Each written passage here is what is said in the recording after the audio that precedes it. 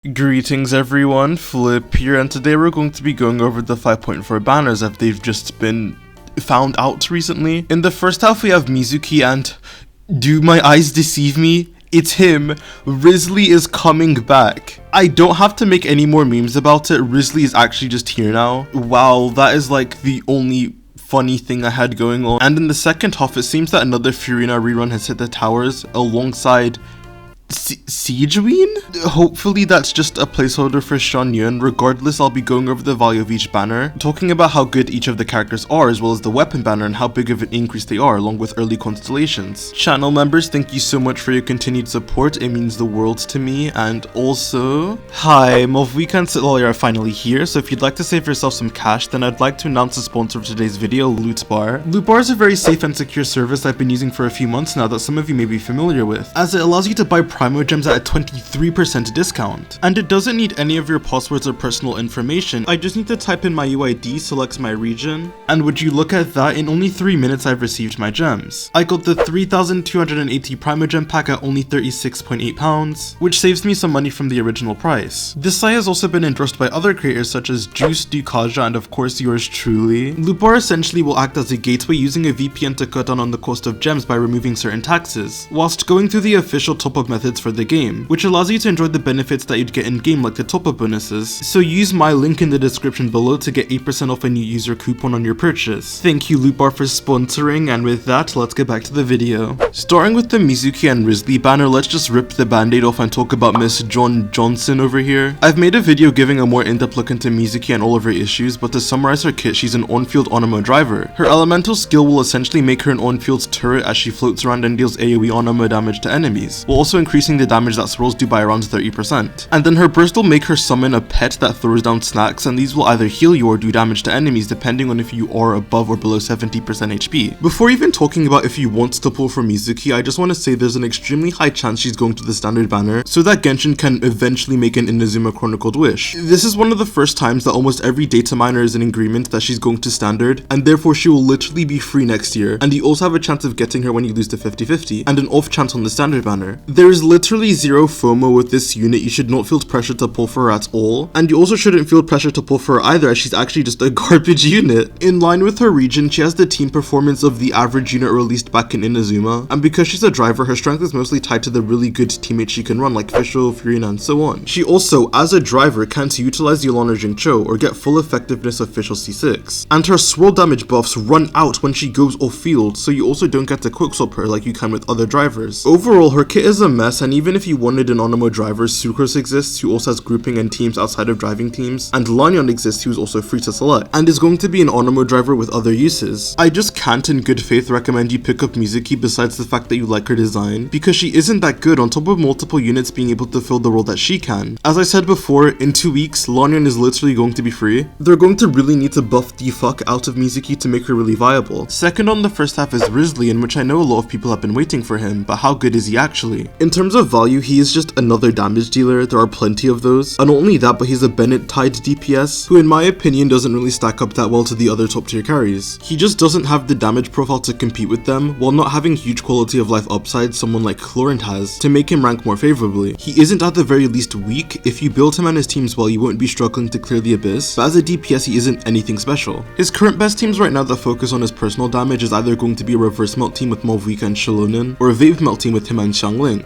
But that is only as a carry. Wriothesley has a very strong team. I haven't seen many people discuss being his driving team for Natla National. Bennett, Mizuki, and Sigewinne, and in this team you're able to set up a strong melted burst for Mizuki, and then with both Wriothesley and Sigewinne's cry application, you're able to melt all of Mizuki's off-field pyro hits, as her pyro application is slow enough to enable this. It is kind of stupid just how strong this team is, and it shifted Wriothesley to where his best role in the game right now is as a driver for Mizuki, who said Sigewinne didn't do anything for cryo. I don't think a lot of people will be able to build it right off the bat, as it requires 2 characters on the same banner, but if you do have Wriothesley and want a really strong team for him, even though it isn't his personal damage carrying the team, this is something you can do, and is competitive with other top tier teams as well. At the same time, value wise though, if you already have Mizuki and Sigewinne, you can just use another buffer while on-fielding Mizuki to get similar if not better results, especially if you have Sigewinne. So to be honest, while this is a bump for Wriothesley's strength, it doesn't change his value much. A DPS is just a DPS. If you like his playstyle, then go for him, but if you don't, there's no strong incentive to pull for him. Now in the second half, we are are starting off strong because my glorious queen and now retired channel mascot Furina is going to be rerunning. And I'm not going to sugarcoat it, if you don't have this character, she's one of the most important pickups you can make for an account. Her value has taken a slight hit though with the release of Sitlali.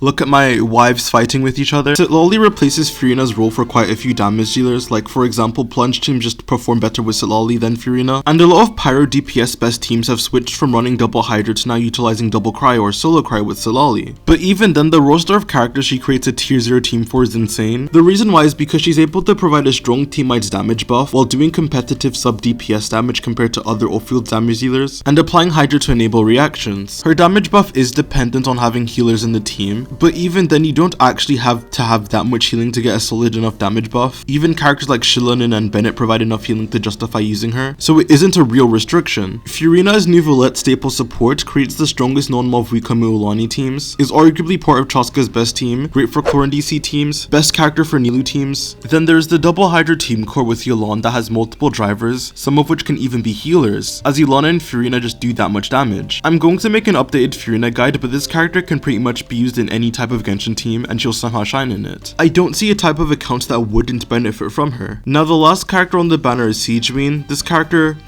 isn't that good. I saw a lot of people on my Mizuki videos saying things like, oh, Sigewinne is amazing compared to this flop, or Sigewinne is so much better than Mizuki, and brother, I'm sorry to tell you, but you're eating from the same ass. Sigewinne is a Hydra healer who can on-field but isn't really that worth that C0, and she also provides an off-field skill damage buff to highlight a Furina synergy. Sigewinne commonly runs mono Hydra teams, and for a short while this was considered the best way to play mono Hydra as you can on-field Yolan. But the problem now is that Shilonen exists. Shilonen is just better on mono Hydra teams as she buffs all of your team instead of just Furina, while also being a healer. She takes up both the healer and red shredding slot, allowing you to put a lot more characters in the fourth slot like Fischl for off-field damage, Kazuha for even more buffing, or you can slap in other drivers like Noelle, Ito, Raiden, Hu Tao, and so on. And the Ocelot does this while having other strong teams she can utilize, where Sigewinne doesn't really. If you want to cope, she can be a flexible healer option with Furina, but then your options become limited because Nuvola and Muulani as HP scalers don't want her, Bennett is just better for attack scalers, and not even reaction carries want her either, putting her in this weird limbo, to her just not having any real teams. I've seen some Klee driving teams with her application enabling Furina to vape. If that is something you value for some reason, then go ahead. But yeah, Sigewinne, especially after Shilonen, who's just a better healer, just doesn't have enough use cases to bring a lot to the table to be worth pulling unless you like her. So overall, I think it's clear that Furina just has the highest pull value out of everyone here. She's one of the best supports and off-field damage dealers, while enabling a ton of teams and having insane quality of life with her unconditional off-field Hydra application and long skill up time. She is like 2 tiers above everyone else here in terms of pull value, and even if you have Furina, getting any of her coins is still a better investment than pulling anyone in 5.4. Okay, I'll stop, but after Furina, I think I would place Wriothesley in second in terms of pull value, as he funnily enough as a carry or driver just has more teams than both Mizuki and Sigewinne. He is very Bennett-tied, which brings down the value, but it isn't enough to where I think it can hurt your account. You have Vape Melt, Reverse Melt, and him as a forward melt driver, all of which should have no problems dumpstering most Abyss cycles, so I can recommend him as a carry to pick up. Between Sigewinne and Mizuki, I think I would actually put Sigewinne higher, not because I think she's a better unit, but just because Mizuki's a standard banner character who you'll have a chance to get year round, on top of being free in a year, and Mizuki's weak enough to where there isn't really a strong incentive to pull for her right now. So yeah, but with the banners covered, let's now go over each character's vertical investment and if you should get their weapon or their early constellations, assuming you pull for the character. For Wriothesley and Mizuki's weapon banner, a lot of people were hyping up Mizuki's signature as it's a big damage increase for her personally, increasing her swirl damage and swirl damage multiplier, and it's something that can be used on other EM scaling characters like Sucrose. However, I don't think it's really going to be that worth it. Hakushin is just too good of a weapon on both Taser and Aggravate teams to where it's better to amplify the team's damage, rather than trying to double dip into your swirl carry's damage. This does change in AoE scenarios as Fischl and Furina will be doing less damage when not in single target, but EC teams have never really struggled against AoE content at all, so while I do think her signature is a good weapon, at least theoretically, I'd rather just keep her on Hakushin ring to buff the team. For Sucrose, at the very least, I guess it lets her buff more, while being less cringe than Thurling Tales, so if that is something you value, then go ahead. For Mizuki's C1, it is a lower damage increase than what her weapon gives, but even then I'd still be more inclined to go down the constellation route, as things like her C2 and C4 are very strong. For Wriothesley, as standard, his weapon is also just going to be a much bigger damage increase than getting his constellation 1. His C1 ensures that after using a full normal attack string, you will get his enhanced charge attack, and it also increases the multiplier of this enhanced charge attack. I hope as a community we've reached a level of understanding to where we realize that his C1 isn't nearly as vital as people made it out to be. I didn't even list the other things the constellation does, as it really isn't that relevant. Both his C1 and weapon are strong enough to where you'll probably see similar results when practice no matter which one you decide to pick. C1 can make him more comfortable to play, his weapon gives him more attack speed. It really depends on which you think would feel better for you. For the second weapon banner being Furina and Sigewinne's signature, please don't pull either of these weapons. Splendor is nice for Furina's personal damage, but that has never really been the focal point of her kit, and the weapon also does nothing to help with her energy economy like other 4-star weapons can. Comparing that to her constellations, her C1 is close enough to a personal damage increase for Furina, on top of making all her teams better, especially when your only healer is Bennett or Shilonen, as it frontloads a ton of fanfare while reducing the amount of fanfare you need to cap out. This constellation also leads to her C2, which allows you to max out fanfare in any team, shooting your damage bonus and healing through the roof. So in my opinion, there's just no need at all to go for Furina's weapon. Sigewinne is also in a similar case to where if you want to vertically invest in her, just get her constellations, with her C1 buffing her skill and skill damage bonus, while her C2 makes her shred hydro resistance. So just prioritize constellations. But with that, thank you guys so much for watching. If you enjoyed the video, make sure to like, subscribe, and comment if you're going to be pulling on these banners and for who, as I'd love to hear and respond to almost every single comment. Channel members, I love you and appreciate your support. Thanks again for watching, and I'll see you guys on the flip side. Peace.